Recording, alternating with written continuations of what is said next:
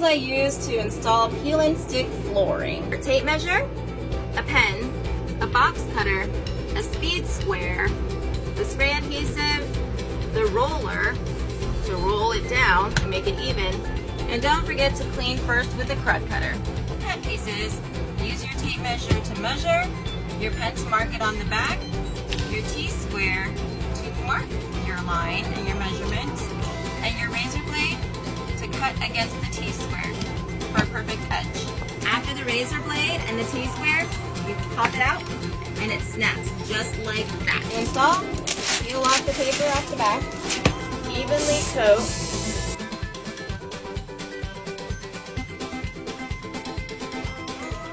lay your flooring as close to the edge as you can so you have no gaps.